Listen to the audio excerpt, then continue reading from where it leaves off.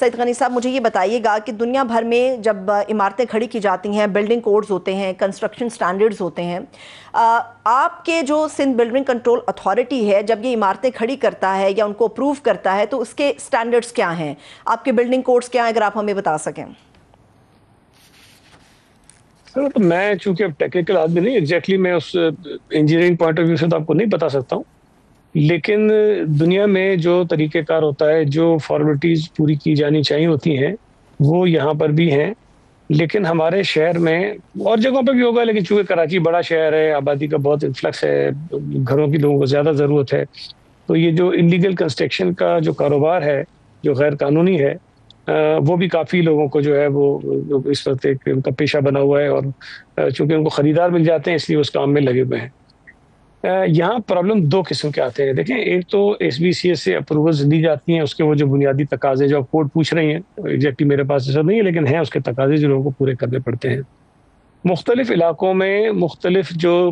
Sizes کے plots ہوتے ہیں، اس پر الگ الگ طریقے کی جو کنسٹرکشن کی اجازت ہوتی ہے.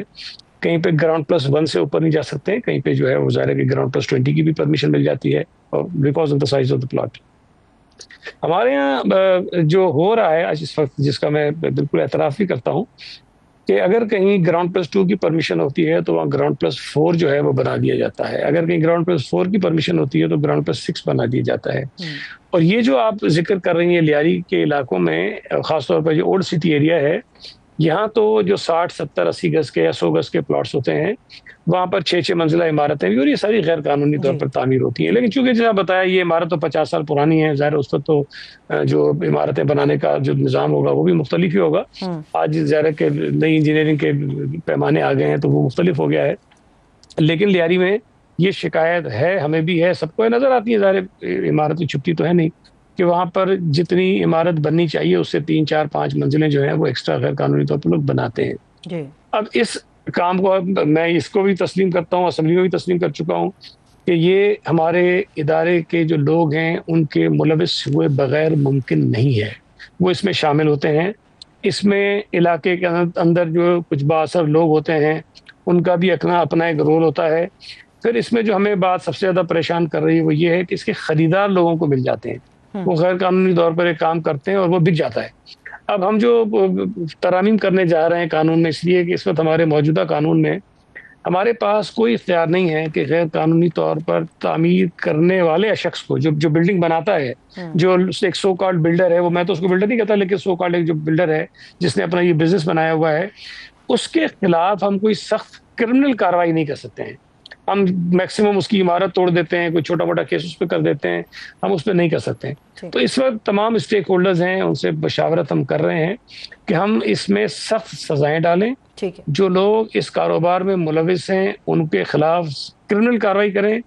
اور جو اپنے ریل اسٹیٹ کے لوگ ہیں جو اس میں کاروبار کرتے ہیں، خرید و فروخت میں حصہ اپنا کردار ادا کرتے ہیں، ان کے اوپر پابندی لگائیں. اور میری ذاتی رائے یہ، جس پہ اگر میں سب کو قائل کر سکا تو میں تو یہاں تک جانے کو تیار ہوں کہ اگر کوئی ایسی عمارت پہ خریداری کرے گا تو ہم اس کے خلاف بھی کوئی نہ کوئی کارروائی کریں تاکہ اس کو ڈسکریج کریں. سر بڑا زبردست قدم ہوگا اگر آپ ایسا اٹھا لیں. ابھی آپ نے بھی اپنی گفتگو میں کہا کہ یہ ظاہر سی بات ہے ملی بھگت ہوتی ہے، اداروں کے اندر سے بھی لوگ انوالو ہوتے ہیں. مجھے سر یہ بتائیے گا کہ ابھی ہمارے پاس جو اطلاعات ہیں ان کو بھی آپ کریکٹ کر سکتے ہیں کہ 3 افسران آپ لوگوں نے سندھ بلڈنگ کنٹرول اتھارٹی کے معطل کیے ہیں. کیا ان کے خلاف آپ کے پاس ثبوت آ گئے تھے کہ یہی لوگ انوالو ہیں، یا صرف یہ ایک رسمی کارروائی کے طور پہ کیا گیا؟ نہیں، دیکھیں، میں اس بلڈنگ میں آپ کو بتاؤں، اس میں آنیسٹلی اس میں جو ریکوائرمنٹ تھی کہ خطرناک بلڈنگ کو توڑنے کے لیے جو تقاضے پورے کیے جانے چاہیے وہ تو ایس بی سی نے پورے کیے ہیں. انہوں نے ان کو نوٹسز بھی دیے، نوٹسز نہیں دیے، لوگ کہتے ہیں نوٹس دے کے چھوڑ دے، ایسا نہیں ہے. عمارت گرنے سے چند یوم قبل بھی، کوئی غالباً 3 4 5 دن پہلے بھی عملہ وہاں گیا ہے، لیکن اسے ریزسٹنس کا سامنا کرنا پڑا، اس لیے کہ ظاہر جو لوگ جاتے ہیں وہ 4 5 6 8 10 ہی ہوں گے نا. وہاں پہ اگر 100 لوگ سامنے نکل کے آ جائیں لیکن سر ان کے پاس مشینری ہونی چاہیے، وہ ایک ادارے سے تعلق رکھتے ہیں، ان کے پاس اختیار ہوتا ہے، پاور ہوتی ہے ان پاس. سرور یہ بات آپ کہہ رہی ہیں اس وقت تو یہ ٹھیک لگتی ہے، اس لیے کتنا بڑا سانحہ ہو گیا ہے. لیکن اگر ہم اس طرح سے مشینری لے جا کر لوگوں کو جبری نکال کے اور ان کے گھر توڑنا شروع کر دیتے ہیں نا، تو شاید اس وقت جو ماحول بنتا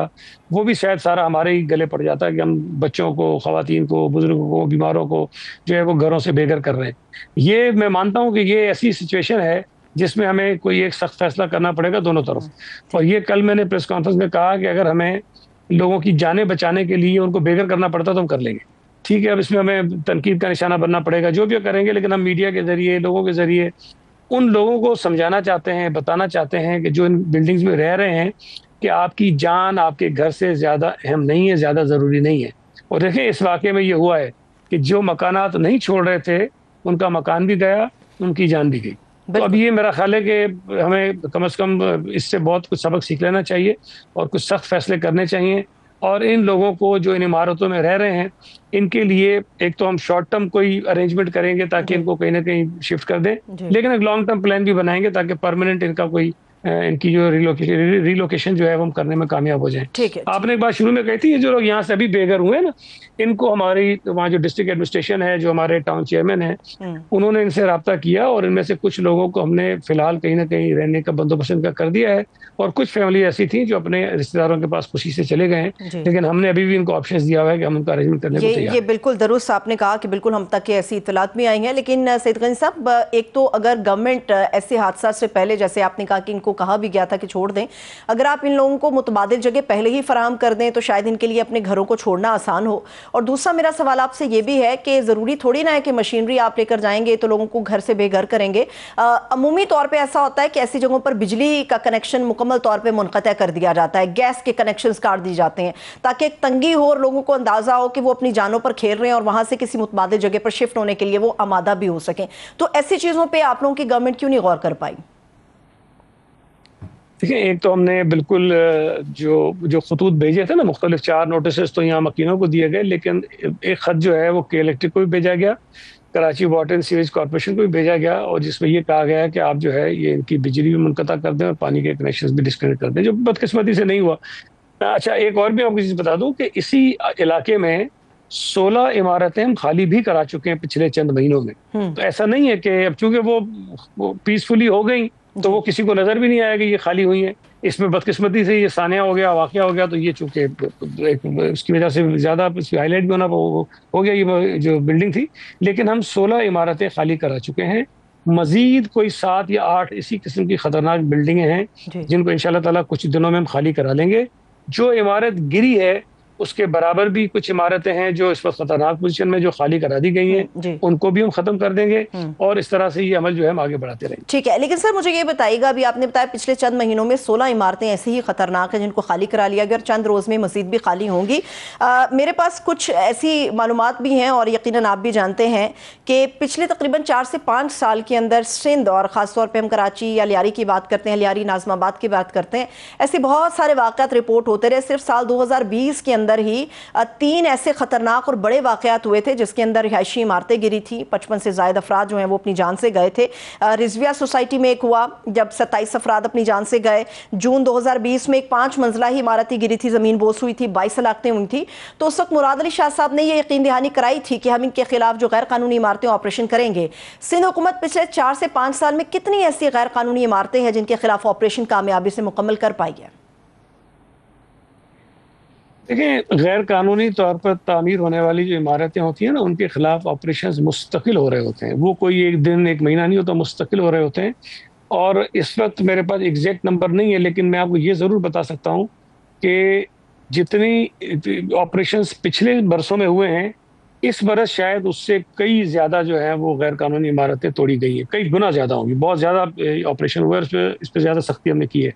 اور ابھی تو ہم کچھ طریقہ کار بھی تبدیل کر رہے ہیں. پہلے جو آپریشنز ہوتے تھے اس میں جو غیر قانونی اس کا حصہ ہوتا تھا, سر اس کو ڈیمیج کیا جاتا تھا. لیکن ابھی جو میں نے انسٹرکشنز دیے ہیں وہ یہ ہیں کہ غیر قانونی اگر کوئی شخص بناتا ہے تو اس کا جو قانونی اجازت نامہ ہوگا وہ بھی منسوخ کرو, اور اس کا بالکل سرے سے زمین سے اس کی بلڈنگ جو ہے اس کو توڑنا شروع کر دیں تاکہ اس کو ہم ایک فائنینشلی لاس جو ہے اس کو پہنچائیں. تو وہ طریقہ کار بھی چینج کیا, لیکن عمارتیں ہم نے بے تحاشا جو ہیں وہ توڑی ہیں, اور یہ ایک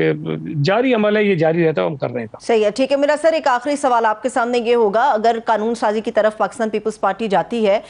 کہ غیر قانونی عمارتیں تعمیر نہیں ہونی چاہیے, کورٹس کے اوپر باقاعدہ عمل درآمد ہونا چاہیے, ڈیزائن ان کا جو اسٹرکچرل ڈیزائن ہے وہ مکمل طور پہ اپرووڈ ہونا چاہیے, مجھے سر یہ بتائے گا کہ اگر یہ قانون سازی آپ کرواتے ہیں تو کب تک یہ مکمل ہوگی اور کب اس کے اوپر باقاعدہ عمل درآمد شروع ہو جائے گا؟ اچھا, قانون تو موجود ہے, اس میں ترمیم کرنی ہے. اور وہ چونکہ اگر میرے ڈپارٹمنٹ میں کوئی ایسی چیز آتی ہے جس میں بہت سارے اسٹیک ہولڈرز ہوتے ہیں, تو میری کوشش ہی ہوتی ہے کہ تمام اسٹیک ہولڈرز کو ہم اس میں آن بورڈ لے لیں۔ اچھا، میں نے اسمبلی میں پچھلے غالباً 1-2 مرتبہ یہ تذکرہ کیا ہے، تو مجھے اچھی بات یہ ہے کہ اسمبلی میں جتنی سیاسی جماعتوں کی نمائندگی ہے، اس میں جماعت اسلامی بھی ہے، اس میں پی ٹی آئی بھی ہے، اس میں ایم کیو ایم بھی ہے، ان سب نے میری ان باتوں سے اتفاق کیا کہ ہمیں سخت ترین قانون سازی کرنی چاہیے تاکہ اس کام کو جو شہر کو برباد کر رہا ہے اس کے خلاف ہم سخت ایکشن لے سکیں، اس کو روک سکیں۔ تو مجھے امید ہے کہ یہ جو اسمبلی میں جماعتیں موجود ہیں یہ بھی اتفاق کر لیں گی، اور پھر ہمارے یہاں ایک آباد ہے، ایک تنظیم ہے جو قانونی طور پہ عمارتیں تعمیر کرنے والے جو بلڈرز ہیں ان کی ایک ایسوسی ایشن ہے، وہ بھی آن بورڈ ہے، ان کو بھی ہم اس پہ شامل کر رہے ہیں۔ جو ریئل اسٹیٹ کا کام کرنے والے لوگ ہیں، ان کی جو نمائندہ تنظیمیں ہیں، ان کو ہم نے آن بورڈ لیا ہے، اور ان تمام لوگوں کو شامل کر کے اتفاق رائے سے انشاءاللہ تعالی یہ ترامیم کچھ مہینوں میں ہم کرا لیں گے۔